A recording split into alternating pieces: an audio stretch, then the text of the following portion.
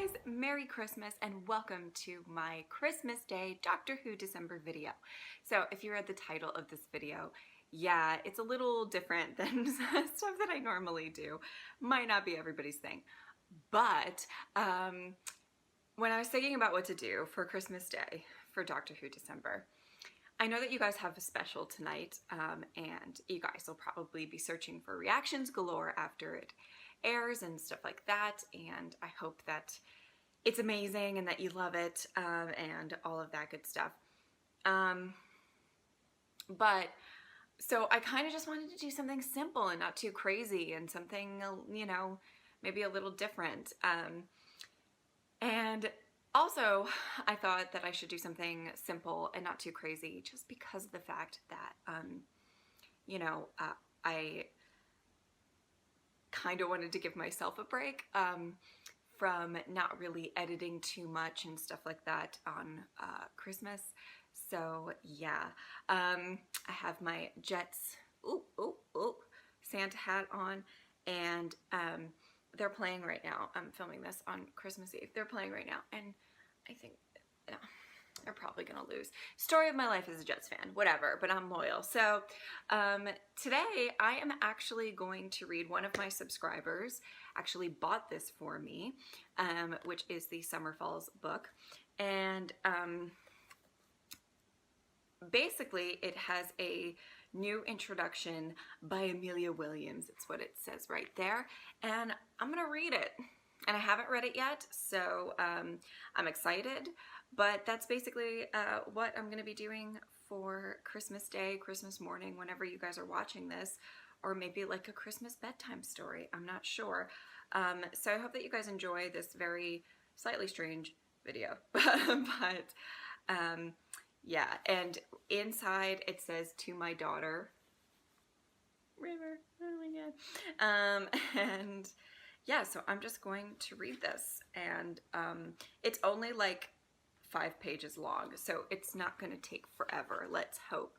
But yeah, get a cup of coffee, get a cup of tea, some hot chocolate, whatever you like, and just sit back and relax. And I really feel like your mom reading you a bedtime story right now. But yeah, all right, so I'm just gonna start.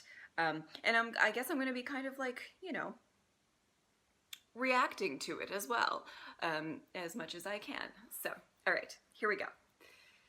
It is simply delightful to be offered the chance to write an introduction to this collection. Gathered together here are 3 tales, huddling together for warmth under the covers. They all mean a great deal to me. One is, of course, my own Summer Falls, which introduced the world to the magical life of Kate Webster, the girl who waited. Another is The Angel's Kiss, oh boy, the first book I read when I arrived in New York.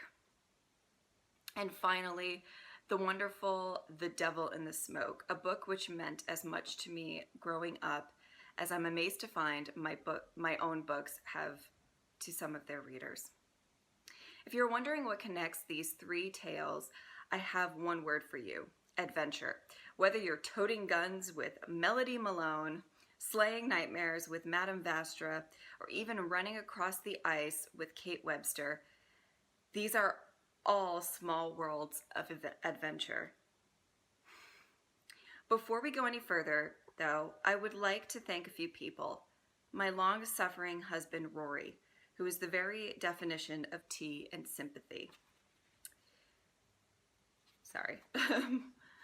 My editor, Livia Silverstein, and her pugs, Lancelot and Guinevere, her pugs, who kept me sane during arduous afternoons arguing in her apartment. I would also like to thank my assistant, Jeanette, who always knows where my glasses are and answers so many curious letters from my wonderful readers. And of course, there's also been help from the eagle eyes of Roderick Shellard, Paul Kentley, and the patient nurturing advice from Barbara Ballon, Robert Smith, Susan Gillingwater, Albert von Leopard, Nicola Payne, Terrence Unicorn, and Frank Lee made him up. Oh my god, made him up. Good. That was dull enough, I think. They've all stopped reading. Apart from you. By the way, you is in bold. So now she's talking to the... Okay. It is just you, isn't it? I knew it would be. I knew that someday you'd find an old, jam-stained copy of this in a secondhand bookshop, brown pages smelling of caramel. And I knew you'd pick it up, and I knew you'd smile that little smile. The one that does fond while your eyes are doing 3 moves ahead. You'd check the last page, and then you'd just wonder if there was anything else meant here for you, you lovely, silly, raggedy man. Well, there is. But first, here's something important. Whatever you do, keep your eyes on the page. On these words that you're reading right now, don't stop reading, because your whole world may be about to change. Someone may be standing in front of you. No, don't look up. Let me tell you what it is first, because I know. I keep seeing this figure. I keep seeing this old woman. Sometimes she'll be in a store. Sometimes she's at the far end of the block, weaving her way through the yellow cabs like she doesn't know the traffic's going the wrong way. I can tell when she's there. I get that prickling sensation that you do when you just know you're being watched. I'll turn around and she'll be standing there looking at me. She never talks to me.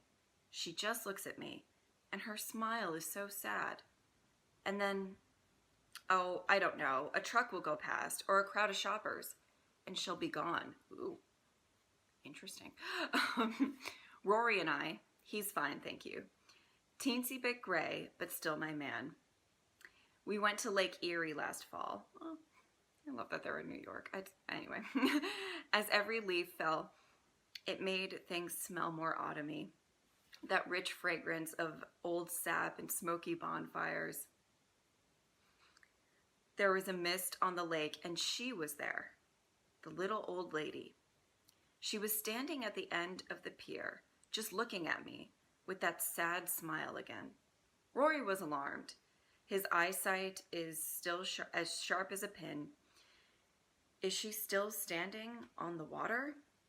Well, not quite, but nearly. She was waiting for me at the end of the jetty, almost like she didn't want to be part of the world, and just vanished into the mist curling around her feet. Get me? I are a writer. She was waiting for me. I knew that. She beckoned, and I started towards her, but Rory's hand landed on my shoulder. Don't do this, Amy, he said. Haven't you seen the films? Which films? I asked. Oh, I don't know. Pretty much any film, really. Don't go talk to the creepy thing. He sounds like me. Yeah, well, I said, it's not Halloween yet, and we're not planning on making out, and the guest house isn't built on an Indian pet cemetery. Do you actually know that? Asked Rory. I'm frightened, and I am blathering, I told him tartly. I have so missed getting to do that. Me too, said Rory. Go talk to her. Oh. So I did. Hello, she said with a tiny wave. I probably shouldn't talk to you. Who are you? She shrugged. I'm not sure it matters anymore. What does that mean? Did you ever wonder if you were just living to do one thing? Even for an odd old lady. She was odd. No. Me neither, she sighed. At least not until it happened to me. Just one vivid Kodak moment, and afterwards, life's all gray and normal, and there's so much of it to get through. A coldness crept through me. Yes, I told her. I know that feeling all too well. I asked her what happened, but she wouldn't go into details. You might not believe it anyhow. She did a little laugh people do when something's not funny. It was all so long ago, and I was so young. But let's just say that there was a man, quite unlike anyone else, and in among all the fire and madness and applause stuff, I just knew I had to help him. I felt like it was what I was born for. Like I'd been waiting all my life just to grab a hold of him and pull him out of the way of the lightning. And afterwards, he just picked himself up, put out the flames on his coat, nodded to me, and was away. Running. Oh. She carried on. There was something about him. He was so shining and so familiar, like I've done that before, like I'll do it again. She looked puzzled. But I've never seen anyone like him. Until I saw you. You've got that same glow to you, but it's fading now, isn't it? Yes, I said. I realized I was crying, which was quite surprising. So I've been following you in case you need help. No, sadly not, I told her. Nothing big's exploded near me for quite some time. More's the pity. Ah, said the little old lady. Then perhaps I can just ask you if you knew him. I looked into her eyes. There was something dancing in them like gold. Once, I nodded. I had an imaginary friend. Only it turned out that he was real, and he never ever grew up. We both smiled at each other then, the same sad smile. She spoke to me once more. Can you, I wonder, pass on a message for me? Now this is the thing. I knew that someday you'd find an old jam-stained copy of this in a second-hand bookshop, brown pages smelling of caramel. I knew you'd pick it up and you'd smile that little smile. That smile's frozen now. Because for once, I'm the one that's 3 moves ahead. So, doctor, get ready to look up. She is waiting for you. She's been waiting a long time. And if you do see a woman just watching you, then that means that trouble's not far behind her. But just before you look up, I'll pass on her message. Run, you clever boy, and remember.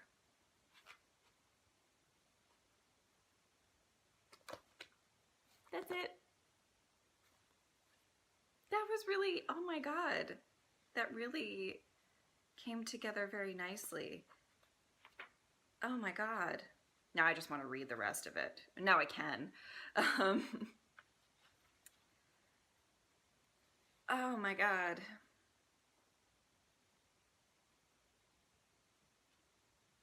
Oh God. That's just so, oh my God. Anyway, I really enjoyed that. And I hope that you guys kind of enjoyed it too.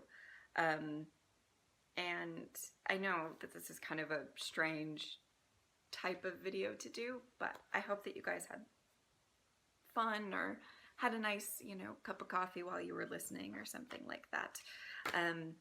And yeah, I hope that you guys have a Merry, Merry Christmas, and I hope that you guys enjoyed Day of the Doctor, my reaction to Day of the Doctor. And yeah, so